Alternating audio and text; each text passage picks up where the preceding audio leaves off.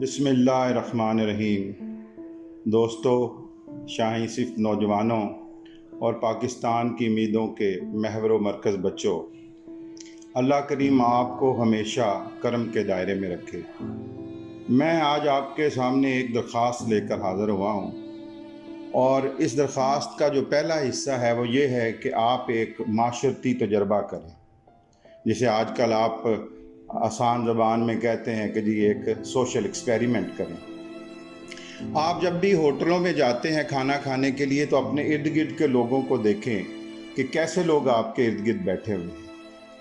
आप देखेंगे, मुशाहिदा करेंगे कि ज़्यादातर वहाँ पर फैमिलीज़ बैठी हुई हैं जो कि खाना खाने आए हैं और अपनी ज़िंदगी के लुत्फ़ अंदोज़ होने के लिए निकले हैं। इसके अलावा आपको ज़्यादा तादाद में दोस्तों की एक टोली नज़र आएगी जो कि खाना खाने और एक दूसरे के साथ गपशप करने और ज़िंदगी से लुत्फ़ अंदोज़ होने के लिए वहाँ पर जमा हुए हैं। अगर हम इसमें ओपन एयर होटल, यानी जिनको हम आम फहम में ढाबा कहते हैं, उनको देख लें तो आपको वहाँ पर इक्का दुक्का ऐसे केसेस भी मिल जाएंगे कि कोई शख्स अकेला खाना खा रहा है लेकिन वो कहीं पे कारोबार के सिलसिले में बाज़ार में आया होगा और फिर खाने का वक्त हुआ होगा और उसने खाना खा लिया होगा, या फिर कोई मुसाफिर होगा जो कि सफ़र के दौरान किसी जगह पे रुका है और खाने का वक्त हो गया तो वो खाना खा रहा है। ऐसे ही अगर आप इर्द गिर्द नज़र डालें तो आपको कोई अकेला शख्स बहुत कम खाना खाते हुए नज़र आएगा, और अगर कहीं नज़र आ जाए तो आप अगर उससे गुफ्तगू करें तो आपको पता चलेगा कि ये जो शख्स है ये थोड़ा सा ज़िंदगी से मरदम बेजार है, ये लोगों से मिलना जुलना पसंद नहीं करता, ये तन्हाई पसंद है और इसकी नफ्सियात में कुछ कमी है। मुझे 1982 का एक वाक़या याद आ रहा है कि हमारे सर जी हक नवाज़ शोरकोट कैंट में FG पब्लिक स्कूल में प्रिंसिपल थे और मैं वहाँ पढ़ा करता था, और वहीं पे स्कूल के प्रेमिसेस में ही प्रिंसिपल की रहायशगाह थी। वहाँ पर हमारे एक चौकीदार थे, बाबा जी खान साहब हम उनको कहा करते थे। वो बाबा जी खान साहब शोरकोट कैंट के पास एक अगर झंग की तरफ आए तो खनोड़ा स्टेशन है, वहाँ के रहायशी थे, और शाम को आखिरी ट्रेन से वो अपने गांव वापस चले जाया करते थे।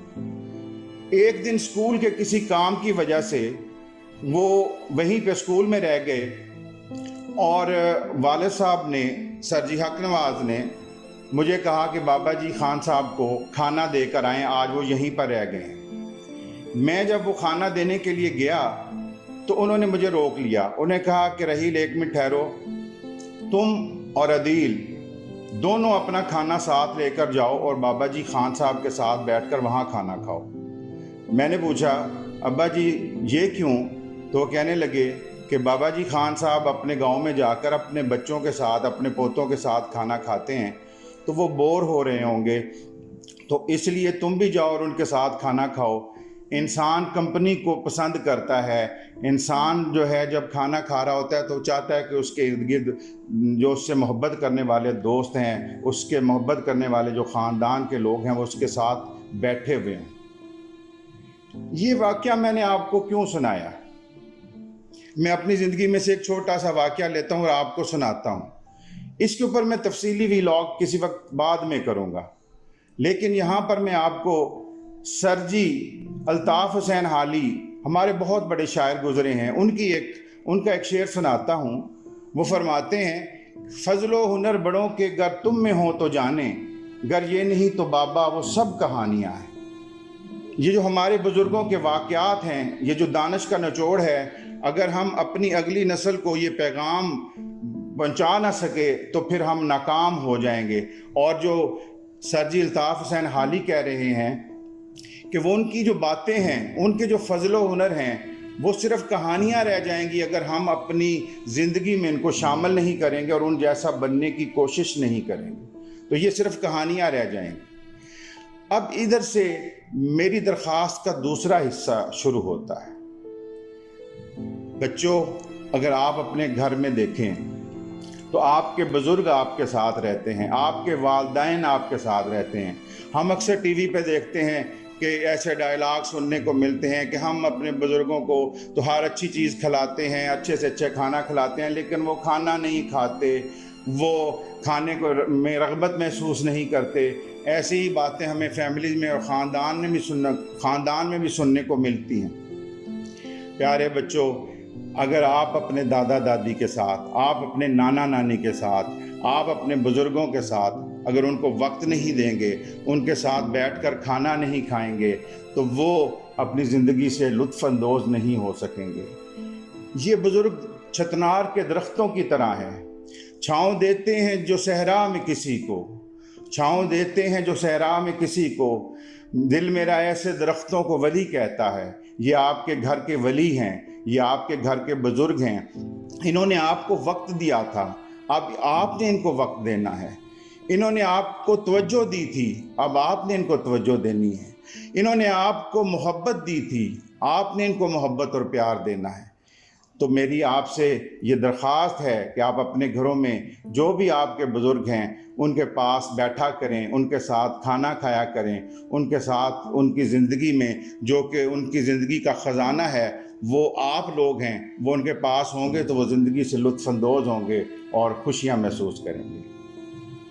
آخر میں اس پیغام کے ساتھ ایک بات اور کہنی ہے کہ پچھلے ولاگ میں نے ایک شعر پڑھا تھا، سانسیں تیری مہکار سے پر ہیں تو مجھے کیا، میں آج تلک اپنی ہی سانسوں پہ جیا ہوں۔ تو غلطی سے یہ جو ہے میں نے کہا تھا کہ یہ معین تابش صاحب کا شعر ہے، میں نے کہہ دیا تھا کہ یہ عباس تابش صاحب کا شعر ہے۔